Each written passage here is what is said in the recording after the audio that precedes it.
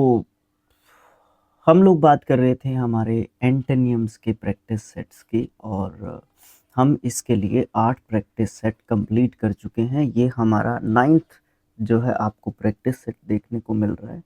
Sir मेरे को PDF चाहिए, तो उसके लिए आपको टेलीग्राम चैनल ज्वाइन करना होगा, ये वाला, ठीक है। और ये यूट्यूब चैनल भी है, इसको आप सब्सक्राइब भी कर सकते हो। तो चलो 9th प्रैक्टिस सेट स्टार्ट करते हैं। क्या कहता है ये कहता है कि 1 से 10 तक क्वेश्चंस हैं और मोस्ट अप्रोप्रिएट अपोजिट वर्ड जो अंडरलाइंड वर्ड है उसका हमने ढूंढना है। और सेंटेंस भी हमारी बुक में दिया हुआ है एज यूजुअल, जैसे आपको दिखाई दे रहा है वैसे ही। ओके, ठीक है। देखो, he is essentially A crude person. Crude का मतलब आपको पता होना चाहिए।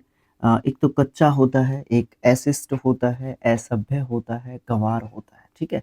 तो मैं इसको यहाँ पे असभ्य कह दूँ, असभ्य मैं इसको यहाँ पे कह देता हूँ, ठीक है। गवार भी कहीं ना कहीं मैं इसको बोल सकता हूँ, बट गवार को मैं थोड़ा सा छोड़ देता हूँ, असभ्य को ज़्यादा प्रेफरेंस यहाँ पे हम लोग दे देते हैं। ओके, ठीक है, सही है भैया लोग। अभी हम लोग क्या कर सकते हैं, और ईगर, ईगर मतलब होता है उत्सुक, उत्सुक, बिल्कुल जानने का इच्छुक। एक और इसके लिए एक वर्ड होता है कीन, KEEN। ओके, कोर्स, कोर्स का मतलब क्या होता है? कोर्स का मतलब असभ्य, असभ्य बोल सकते हो, या फिर एक और होता है इसके लिए खुरदरा, ठीक है। खुरदरा यहाँ पे भी रह आएगा। बैलेंस मतलब संतुलित बोल सकते हो, संतुलित, ठीक है। रिफाइंड, जो रिफाइंड किया जा चुका है, मतलब जो सभ्य है या जिसको एक तरीके से शोधित किया जा चुका है, शोधित, ठीक है। शोधित आप इसको बोल सकते हो। तो आंसर आपका क्या हो सकता है? ऑप्शन नंबर डी जो है आपको यहाँ पे सही आंसर आपका देखने को मिलता है। Next question, his confidence is high. Confidence का स्पेलिंग वैसे ही याद रहेगा, कोई दिक्कत नहीं आ सकती। मुझे तो लगता नहीं है कि कोई दिक्कत आएगी आपको कॉन्फिडेंस की स्पेलिंग में, लेकिन हो भी सकता है, कई बार ऐसी चीज़ें हो जाती हैं हमारे साथ। बट फिर भी हमें जो है इसका ध्यान रखना पड़ेगा थोड़ा सा, और फिर उसके हिसाब से ही हमें चीज़ें एक तरीके से करनी पड़ेगी। ओके, तो चलो, कॉन्फिडेंस का मतलब क्या होता है? कॉन्फिडेंस का मतलब आपको देखने को मिलता है आत्मविश्वास, ठीक है। ओके, लिखने की जरूरत नहीं है। ईगरनेस, ईगरनेस देखो, ईगर उत्सुक था वहां पे, ठीक है। ईगर्स जो है ये रूट वर्ड आप एक तरीके से इसके लिए बोल सकते हो। इसके लिए आप उत्सुकता जो है यहाँ पे रखोगे, ठीक है। तो वही तो फर्क होता है ना, उत्सुक यहाँ पे आपका एडजेक्टिव हो गया, विशेषण हो गया, अगर मैं हिंदी के ऊपर चला जाऊं तो, है ना। लेकिन अगर ईगरनेस की बात करोगे, नाउन बन गया ये, तो उत्सुकता ये आपका बन जाता है, ठीक है। यहाँ पे इसको मैं संज्ञा कह दूंगा, ठीक है। ओके, तो ये थोड़ी सी छोटी छोटी सी बातें हैं, है ना, इनको हमें ध्यान रखना चाहिए। एंडोरेंस, अच्छा, कॉन्फिडेंस का मतलब आत्मविश्वास, उत्सुकता। एंडोरेंस का मतलब आपको क्या देखने को मिलता है? एंडोरेंस का मतलब आपको देखने को मिलता है सहनशीलता। क्या होता है? सहनशीलता। ओके, अच्छा, स्टीड फास्टनेस, बड़ा अच्छा वर्ड है। थोड़ा सा देखने में बड़ा लगता है, बट स्पेलिंग टेस्ट के लिए नहीं पूछा जाता, और आसान सा स्पेलिंग हो जाता है, स्टीड और फास्ट और फिटनेस, है ना, इसलिए ज़्यादा पूछा नहीं जाता इसको। हो सकता है कभी पूछा गया हो, बट ऐसा नहीं है, ज़्यादातर नहीं है। दृढ़ता इसका मतलब होता है, दृढ़ता, सख्ता, सख्तपन जो होता है किसी का। डेफिडेंस, डेफिडेंस होता है संकोच को बोल सकते हो, या फिर एक और इसके लिए बोल सकते हो झिझक, ठीक है।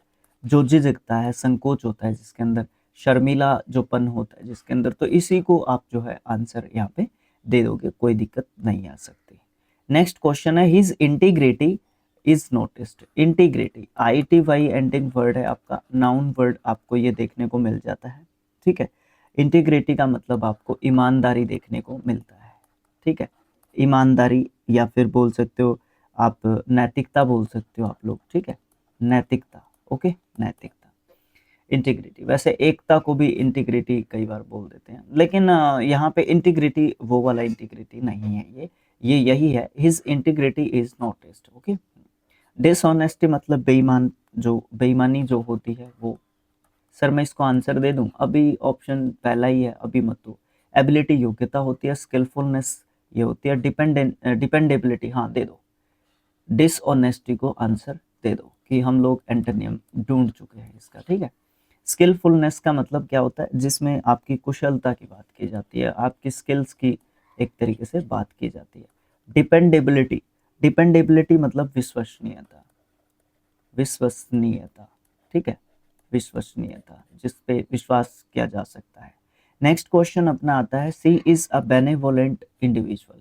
बेनेवोलेंट होता है परोपकारी, परोपकारी, जो दूसरों की भलाई करने में विश्वास रखता है, भलाई करने वाला, करने वाला गुण बोल सकता हूँ मैं इसको यहाँ पे, क्योंकि मैं इसको एडजेक्टिव के रूप में ले रहा हूँ। ओके, ठीक है, ये चीज समझ गए हम लोग, ठीक है। एम्बीवैलेंट, देखो बी आई जहाँ पे लिखा हुआ होता है वहां पे दो समझ के चलो।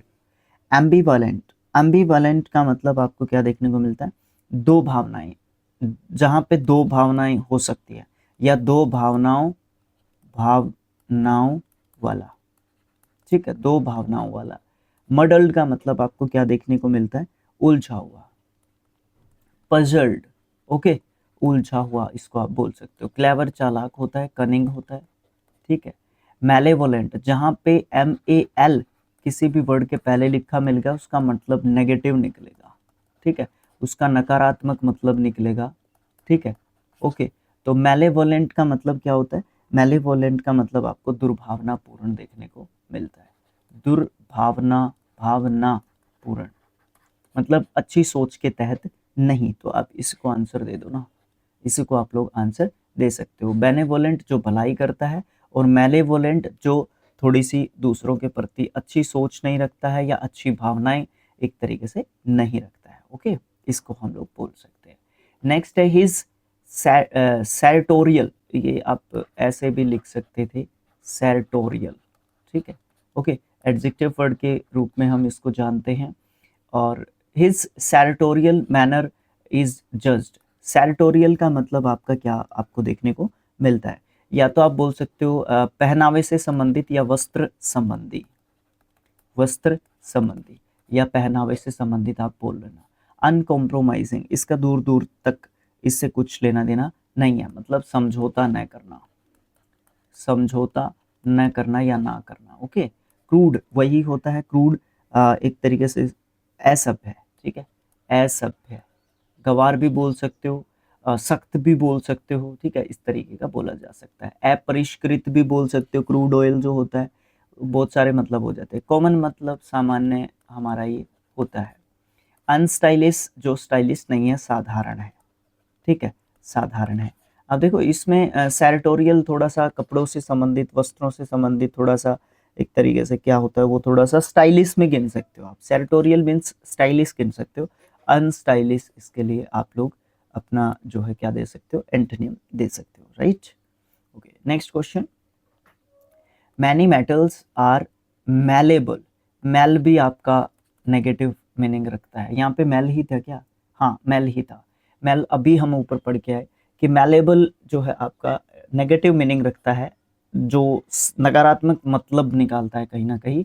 Malleable in nature and property, जो बहुत सारे मेटल्स हैं, बहुत से मेटल्स जो हैं वो मैलेबल होते हैं, नेचर में भी और प्रॉपर्टी में भी, ठीक है, प्रॉपर्टी या नेचर में मैलेबल होते हैं। तो मैलेबल होता क्या है, मैलेबल का मतलब क्या होता है कि वो आकार में ढल सकते हैं, उनको आकार दिया जा सकता है, उनको रूप दिया जा सकता है, ठीक है, आकार में ढलने योग्य या रूप मिलने योग्य।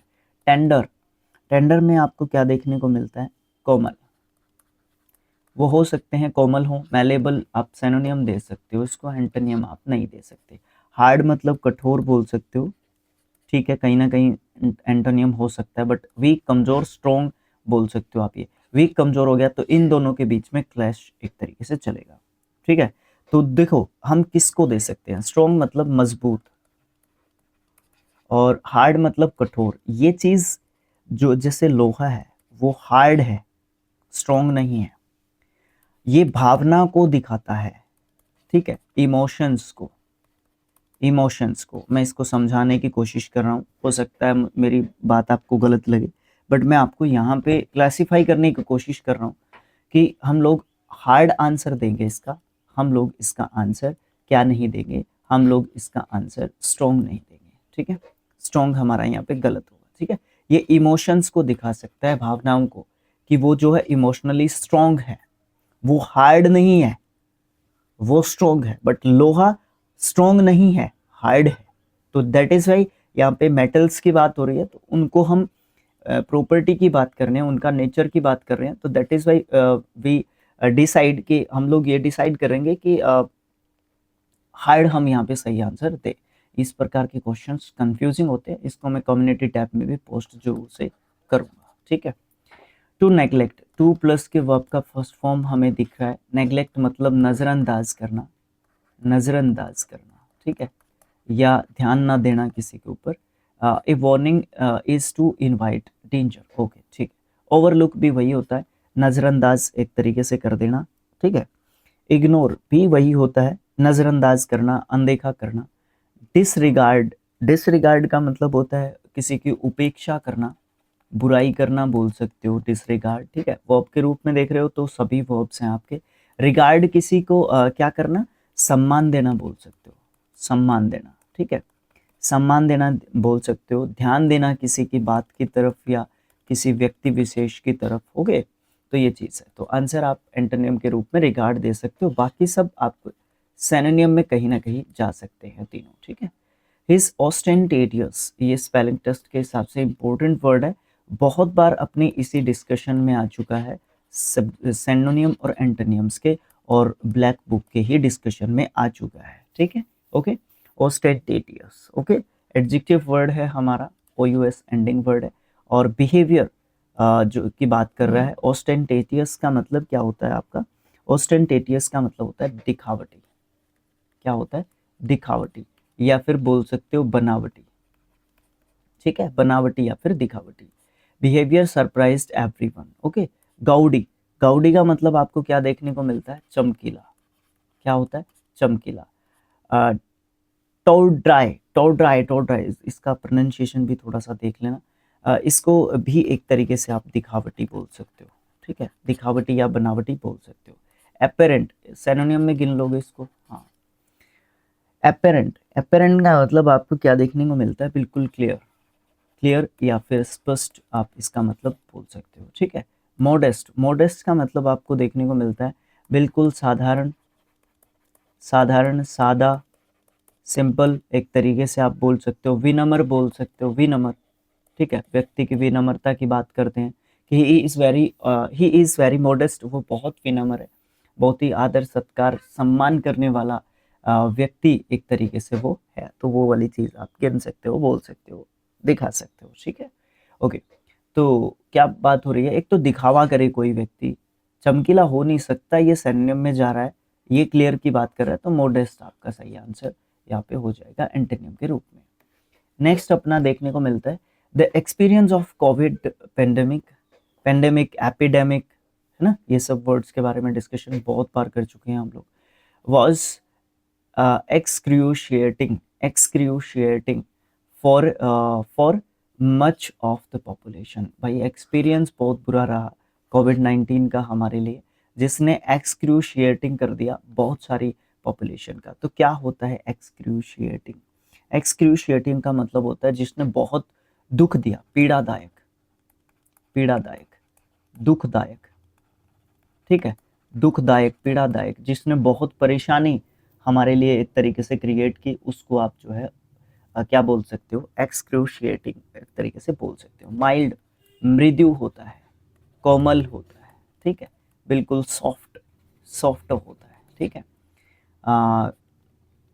ग्रूलिंग, ग्रूलिंग का मतलब आपको क्या देखने को मिलता है, ग्रूलिंग का मतलब आपको देखने को मिलता है थकाऊ या फिर उबाऊ बोल सकते हो, उबाऊ, ठीक है, ओके।